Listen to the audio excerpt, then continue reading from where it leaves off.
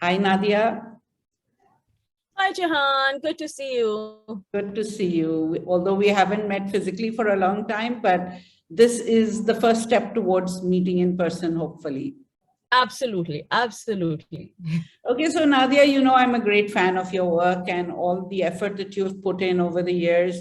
And so I thought, you know, with International Women's Day, although I think women should be recognized throughout the year, but let's start somewhere. So I wanted to especially talk about the FemPro program and all the great work that is being done under that umbrella. Can you tell us a little bit about the initiative and what it involved? Thank you so much, Jahan. And it's my honor to be here with you because you know I'm your biggest fan and you have mentored me throughout my journey of entrepreneurship. So firstly, I'd like to acknowledge that part, the role that you had played and you are playing.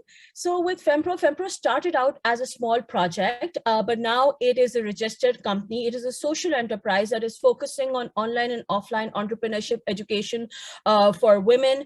We have trainings and workshops, then giving them access to market, access to finance, and all other support that they need through strategic partnerships, through our community, and through these initiatives that we have on our own or with strategic partners. So if you would, so let me tell you a little about some of the two of the important or the key projects that we've been involved with since 2020. The first one is Facebook's She Means Business initiative, which is a global initiative, that focuses on training women on digital literacy and financial literacy trainings, which started, the financial literacy bit started post-COVID. And in partnership with Facebook as an implementation partner, we have trained more than 5,500 women across more than 65 cities of Pakistan, which include not just the urban cities, but rural areas and towns, from Waziristan to Laya to interior Sindh and even Balochistan, and Pakistani women from more than 20 countries. And these are the women that we worked with one-on-one through these, 3-day basic the digital marketing trainings and then the advanced marketing trainings.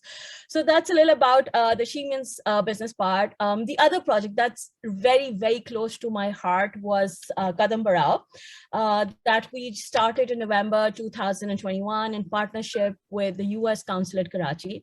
The program focused on, training. It was an 8-week fellowship that focused on the core areas of business for women who already had existing businesses from Sindh and Balochistan. It seemed like a challenge when we were saying that we wanted to do a virtual training program for women in Balochistan and not just restrict ourselves to cities like Quetta.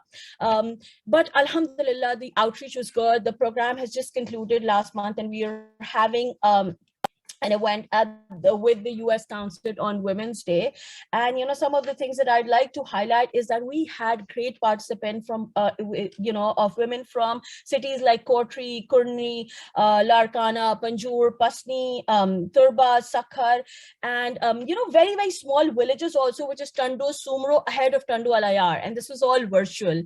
So we were able to outreach them in those 8 weeks. We worked on the basic entrepreneurship, business modeling, and then, especially the financial management, because majority of them were not doing their financial accounting right, so that tomorrow when they want to seek small loans or when they want to scale, the financial bit is right. Connecting them to banks for opening their own bank accounts, which I think is something very important, getting them to register their businesses, and, of course, the digital marketing bit, and the other areas like PR, influencer marketing, and other core areas are taxation, etc. So, and we That's saw awesome, Nadia. There's so much. That's a lot. Even the numbers, the areas in which you found these women. What difference have you seen? I mean, how do you think it has helped them move along in their journey? Are they just entrepreneurs, or were they also professionals who just wanted to improve their skill set? So essentially, our focus was on entrepreneurs, and then again, some freelancers, but there were businesses, service-based businesses, like there were some who were providing travel services in Balochistan and photography services. But majority of them, we had 13 participants from Karachi as well. But, majority of the ones from Sindh and Balochistan were from underserved areas. So they weren't already existing people working in, professionals working in larger organizations. And by the end of it, we saw, we had a completion rate rate of more than 95%. We had 55 women, and we unfortunately had a few dropouts as well, because of family restrictions. They didn't, not that the women didn't want to, but the males in the family were not okay with them progressing.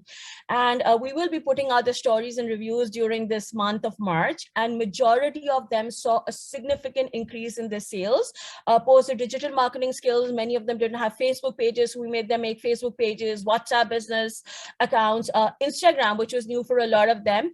And a lot of them have already started making the financial plans, and some we've connected with digital platforms like Fishery, and they're now on to creating their own websites. And then some we've sent, in fact, Chiku's Way as well, if you know of the app, right? So we've sent some to Chiku. Absolutely. There are some who've taken on the challenge that they want to have their own website on WordPress as well. So for us, that was huge. And when the women from those villages presented to the consulate and their journey or the change from the first day when they came to us, when they weren't even able to explain the business as well, to pitching that business, properly, it was a very heartwarming moment for us and for the team. And Nadia, yeah, it must have been. What are the verticals that these women are operating their businesses in? Are they primarily food or handicrafts or diverse areas? Could you mention some of them? Yeah, so majority were, we saw women, they were in like fashion, like clothes category, crafts, and the artisans category. Then again, food businesses were there, but they weren't essentially the main focus. But we saw some interesting verticals from Balochistan, such as the travel, women leading like a travel. They have these customized tours for women in Balochistan. Then photography, some of whom have now gone to Lahore to study ahead in photography, study, like do I think a master's in photography now. So we saw some different verticals as well. Then again, we had freelancers, those who were doing tech, or they had the small tech companies. We had graphic designers who had a small, graphic designing, like a freelance sort of a business. So yeah, these were, and then again, schools, education. We saw a lot of them focused around small schools or wanting to scale up or bring on education for the young girls, and even some of them, even boys in, that was from Balochistan. Okay, no, that sounds really amazing. And you've seen them grow, and hopefully they'll grow even more as they learn more and more along the way. We even saw, Jahan, there was one as well who actually had something very similar to, a handyman's marketplace like Sukoon, where they were providing handymen to people in Balochistan, and I think it's Quetta based and run by a woman. So that was really interesting. Yeah. Plumbers, electricians. Can you tell us a couple of the success stories that you are especially inspired by, other than this one that you just mentioned? Are there a couple that really inspired you and that have grown much more than you thought they would in the beginning? Yeah, so there is this one story which links back not just to this Kadam Bara, but to a project I was involved with, Khudi, through Shaida Salim again. You know her, she's been my mentor as well. Yeah. So I had gone to Khairpur for a boot camp under the Khudi project, and she was one of the university students of the Shah Abdul Latif University, and she attended that boot camp. So when she joined you, she said, I started following you from there, and when I heard about this Kadam Bara project, I decided to, she applied. We got more than 300 plus applications. The applications were open for only 4 to 5 days, and we selected 55 women. And at that time, she would just do craft for pleasure, and now she has like a proper craft business. She is now not only just delivering in Khairpur, she started slowly delivering all across Pakistan. She has an Instagram presence, and you can see her journey from that thing to having a proper brand name, a business name, an online presence, and then now starting to deliver. Another one, she completely rebranded. That story totally inspires me, from Turbat. I will put her the details. She makes these skincare products, and they're actually focused or based around the problems or the climate conditions they face in Turbat, the heat, the rugged weather. And, so her journey, her presentation of her products, her branding, she just totally impresses me. We will be putting those stories out, but that story from Turbat has been, somebody when I look up and I feel, oh my God, wow. Then again, we have 2-3 other women from the interior villages of Sindh. They said, we're the first people in our family to have attained education. We're not talking about starting a business, to be educated, and then to start a business, coming from very, very, patriarchal sort of a family, getting the family men to agree, and then getting permission to doing this program, and then presenting online. And, so it's They can be heartwarming such to great see. role models for others in their community. You Absolutely. know, that's the important thing, because it shouldn't be, okay, these few who've done this, but because of them, the many more who will start doing this, and their families will recognize them for what they've done. And also, I think then they gain extra respect from families and friends and neighbors. Absolutely. And that's very important. So, And we are Nadia, having them highlighting the stories, through these live sessions as well. And one of them, again, in a unique business, is this hygienic, modified, really interesting version of pan called pan balls. So we had, oh, yeah. So okay, great. So tell me, let's get into a broader discussion. What does true gender equality and female inclusion mean to you? And what are the biggest constraints as far as economic empowerment of women is concerned? if I speak from, global perspective also, women do have, their salaries are much lower as compared to men when you look at it. And even if you look at the percentage of women globally, especially in sectors like IT, which are male dominated, is lower. So for me, true gender equality would be when I see at least good 50% women, or, women being the higher percentage gender in, most of the companies, especially the male dominated areas or organizations that are the IT organizations. So that's one thing. And then again, when we stop just glorifying this word, and this word like women empowerment, where it's more fluff, where it's more these big events, the photo ops, when there's actual work happening, when there are actual impact, there's actual numbers, and when there are actual changes in women's life. And when I talk about in terms of Pakistan, is when women are making their own decisions, whether they want to start their own business, whether they want to work along with raising a family. That's a time when I see true gender empowerment and gender parity, improving. And if I look at what really truly restricts, so, based on my observations, so my work with women, if I see the core issue, at least in Pakistan, is the patriarchal society. And then that leads to the sub issues, such as women not being able to have their own bank accounts. We've had women who were doing business, a very good business.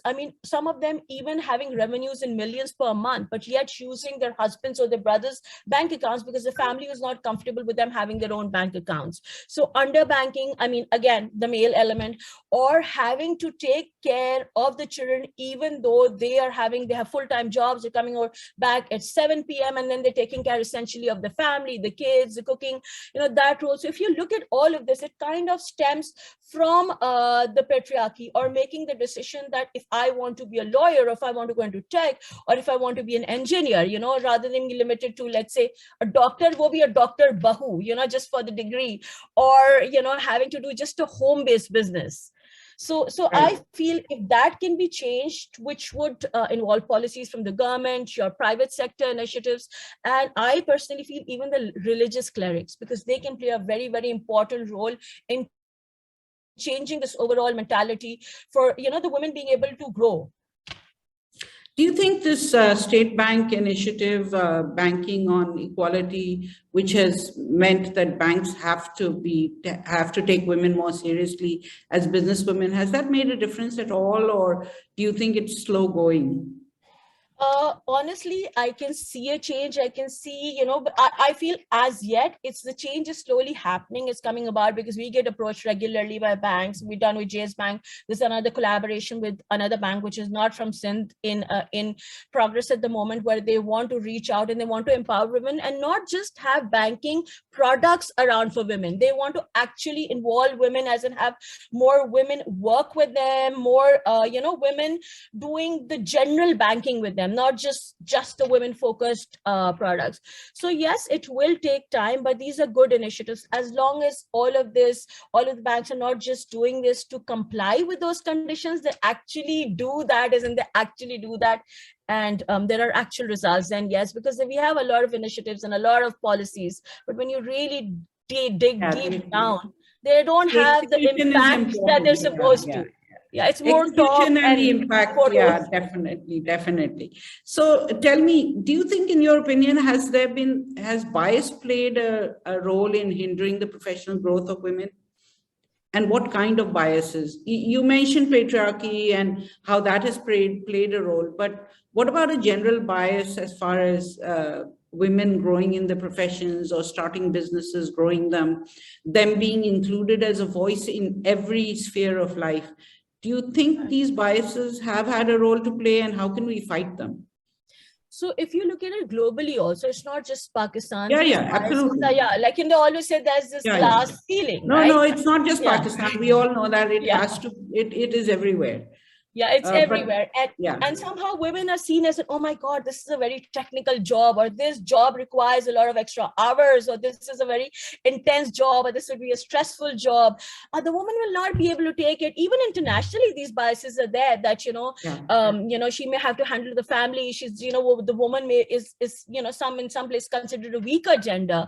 So these unsaid biases are there. And if there are two, or a man or a female, woman, both applying for the same job, the same qualification, everything, it's almost 80% of the time or more, you'll see the man getting the job and not the woman, even though she's more qualified. Although the stats and the data shows that companies that have a woman on their board or as the CEO or in leadership positions, they do much better financially as well.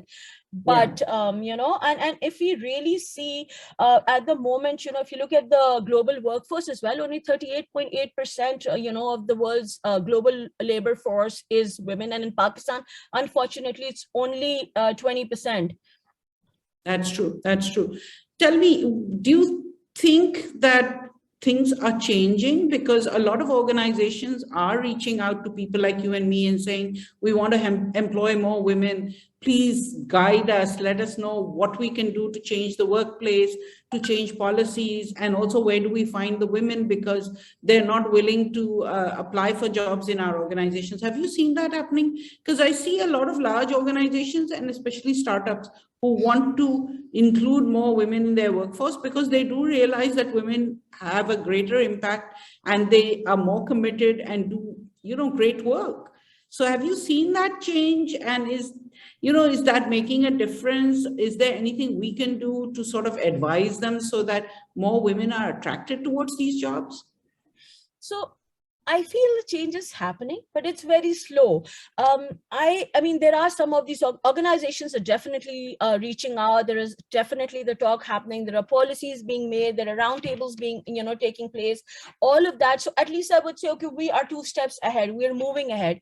But many of them are just doing it because it is the right thing to do, more than actually thinking that the women are actually capable of doing that. So until there is a change in the mindset, along with just the numbers that, okay, we need to have 20% women in our workforce or 30% women in our organization, just for that percentage of the quota, unless it changes from that, those 30%, or we need women in our organization to truly progress, and they're treated as equals, things won't change to that extent. But yes, slowly the change is happening, and I'm seeing it in all sectors, because 5-6 years ago in fact now 7 years ago, when I stepped into the tech sector and starting an online marketplace for women, it was very different. And now I see there are so many more opportunities for women, and even the local tech companies are having these hackathons, or and then involving women, or they're having trainings around women. So you can see all of that happening. So and which are local organizations that essentially run and managed and owned by men. So good to see that the change is happening. It's slow, but I firmly believe that it will, or at least I want to believe that it will. So for those as long men, as I keep pushing for it. Yeah, that's true. For those men or male-led organizations who are listening to our conversation, what are the benefits do you think they should see in hiring more women, in having more women in leadership positions, in having women on the board, what are the benefits they would gain from that? So if I first look at the non-quantifiable ones, one of the most important things, women are great multitaskers. They can take care of a baby, home, and a business just as well. So if you see that, that is one. When you look, and again, women are very good at coming up with problem solving. They have very good problem solving skills. So that is something, again, if they truly look at it with an unbiased attitude, they would see that as well. And when you look at core quantifiable goals, I mean, the IMF says that, the GDP growth rate can increase by an average 35% when this gender gap is closed.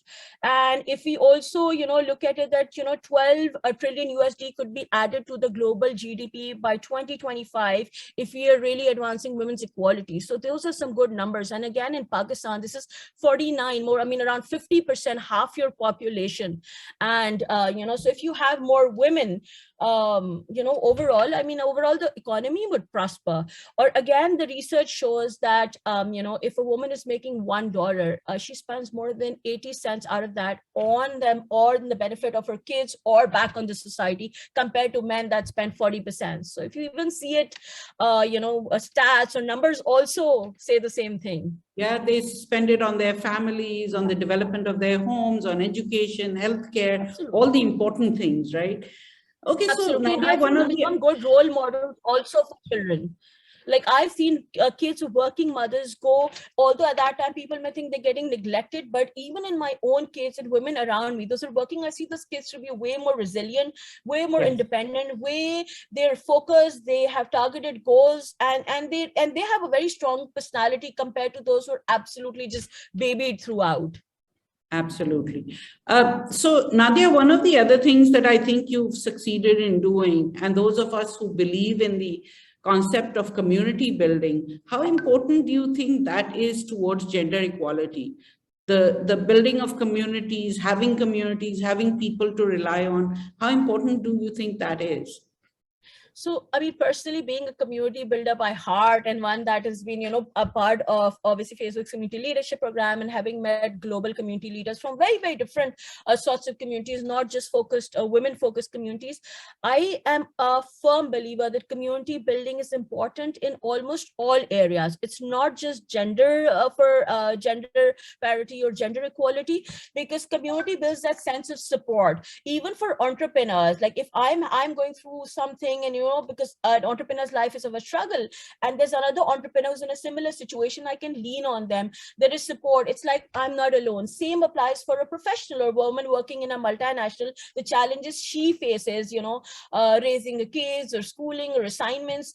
If there is another woman that she has, or a community that she has, that she can lean on, or she can just even rant out to, if nothing else, and they're going a similar situation, it really helps. So I think community is very important, and I'm so happy and so proud to say that there are so many, I would say there are hundreds, if not thousands, of women-focused communities now, Facebook communities, at least in Pakistan.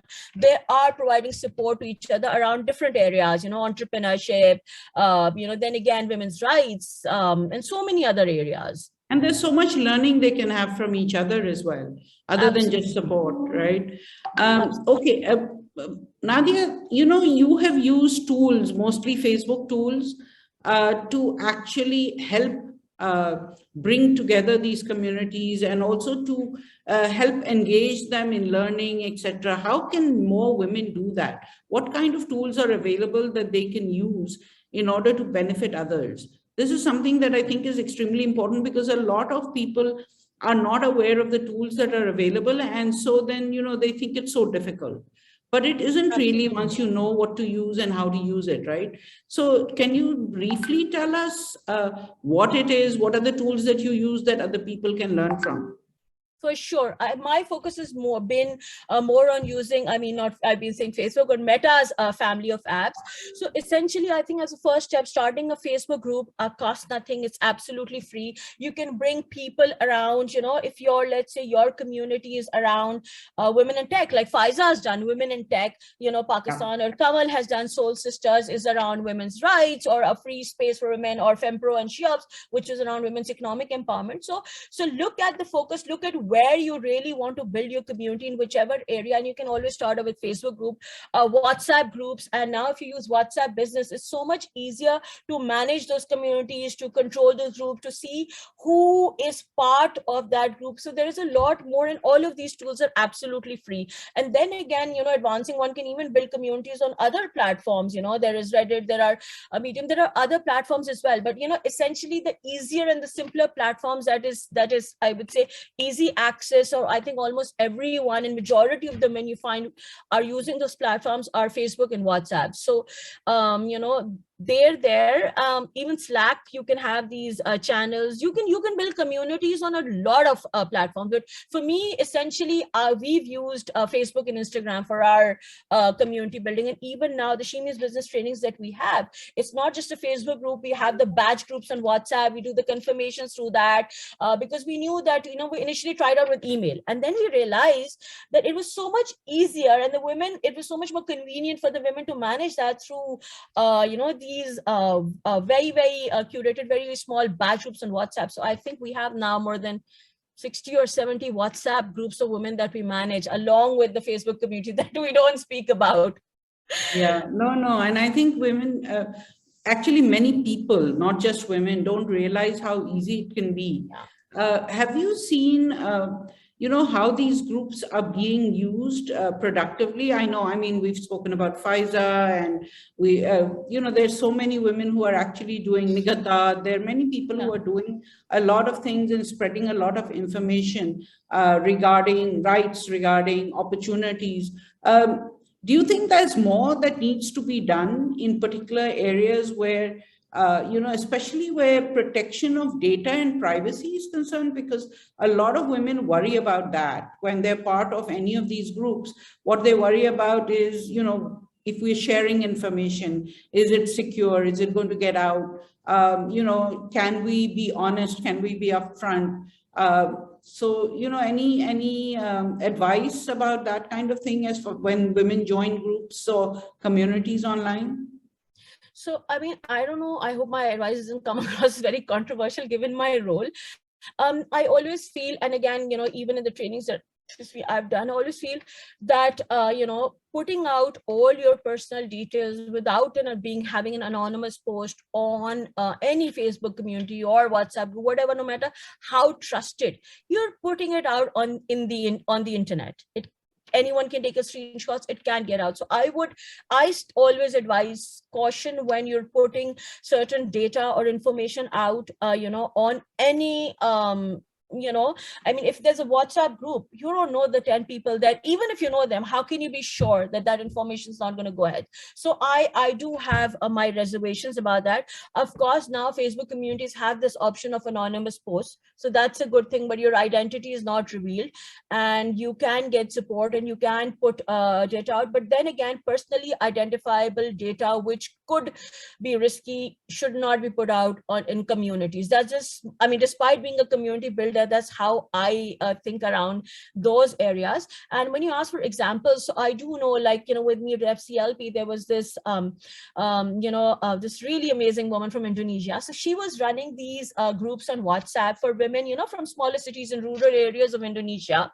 And they were essentially moms. So she was training moms on business and a lot of other skills and, literacy skills and a lot of other skills. And because they were essentially from the smaller cities, they were on WhatsApp. So she was using WhatsApp for those trainings. So there would be little WhatsApp group chats, WhatsApp group calls, WhatsApp videos sent on WhatsApp. So, I mean, and she was running and she was doing a phenomenal job. There was another one. They had these hyper local groups. That was a parenting group for parents of different age groups and support groups, learning groups, education groups around children's nutrition groups. Again, very, very hyper local in India on WhatsApp. And that community was, I think, now they've scaled up. They started another analytics things, gotten a lot of investment. But I think at that time also there were more than 2 million plus, members that they had across. And this was very, very small towns and places in India. So when they can do it, why can't we? Because now I think with smartphone and access to internet, even the very, very small villages now slowly are getting, smartphones and internet. So yeah, we can. And we right now with some of our training, some of our participants from the smallest cities of Balochistan, they would have issues in accessing internet or Zoom. So we would use WhatsApp. And WhatsApp, most of them had, or even at that time when the light would go, or they wouldn't have electricity, or they would have, after a little while, when they had access, they could access those trainings. Terrific. So before we end up, I want to know what's next for Nadia. Where do we see you going next? What is it you're going to, you know, there's a lot that I've done in this last pandemic. I think I've become I mean, yesterday only I was telling my family, it's surprising. I have become a sort of an introvert during the pandemic. I was always outgoing, meeting people. Because of being high risk, I didn't go out places. There's so much we've done. I don't think I've put out half of that out on social media, the work we've done. I'm now a regional assessor for Facebook Senior Business and We Think policy programs, and I just did, you know, a lead trainer as a master trainer, assessor lead, this training for women in Bangladesh, people and these trainers in Bangladesh, then Sri Lanka, we had Taiwan, but essentially my focus is working with women. And for me, the biggest thing is to get these women from these informal sectors or these informal businesses, get them to formalize the businesses, register these businesses, get access to finance, and, you know, and get these small businesses to really think about scale. Because right now they're really limiting themselves. I don't want to go beyond this point. It's getting them to think scale. And this year with the Shemis Business Program, we partnered with government and private sector body that you will soon see. And we will be doing financial literacy trainings and advanced digital marketing trainings throughout 2022. And let's see, there are some more projects in the pipeline as well. And again, one more area that I want to focus on is getting the women to meet the right mentors, you know, who can handhold. When that challenge comes, when let's say there is a family member who's stopping them, or kids are sick, that person is there to tell them not to quit, you know. And again, so many times women give up because they think, or even entrepreneurs generally, that something is not working. You've seen, you know, in my journey, I've taken numerous pivots, setbacks, failures, but the key is not to lose focus on your larger goal, pivot, change roles, change routes, but just continue on your journey. So that's what I'm planning to do for at least 2022. And Nadia, we are going to be reaching out to you because, you know, we're doing a women's leadership program, and we would like you to also run a session for some of the fellows, right? So if you have the time, I'll be more than happy. Okay, terrific. Thank you once again. Love what you all are doing. Thanks again for doing this, and I love talking to you, you know that. So let's do this again soon, and let's meet in person once things are a little quieter in terms of Corona. But good luck and take care of yourself. You know, don't be the workaholic you are, not as much, you know, take care of your own health. I know your kids do that now for you, especially your daughter. Oh, yes. But yeah, great talking to you. Thanks a lot. Thank you so much, Jehan. It's my honor to be with you. And as far as my own health and self is concerned, so no, I'm making sure that I take those breaks. I walk, I do all those things because I was just focusing on work. I think the pandemic changed a lot of things for me. That's great. So, That's and great. I'll drop by. The pandemic wasn't great, but I'm glad. Yeah, I'm glad. It had a silver lining for me, let's say, where it brought me vertigo, but it brought me a lot of realizations as well as to how much I was stretching myself. And just working a few less hours, but smarter hours, you can achieve a lot more. You don't need to work. Absolutely. That crazy. Absolutely. Absolutely. Okay, take care. Bye, Nadia. Take care. Bye-bye. Bye.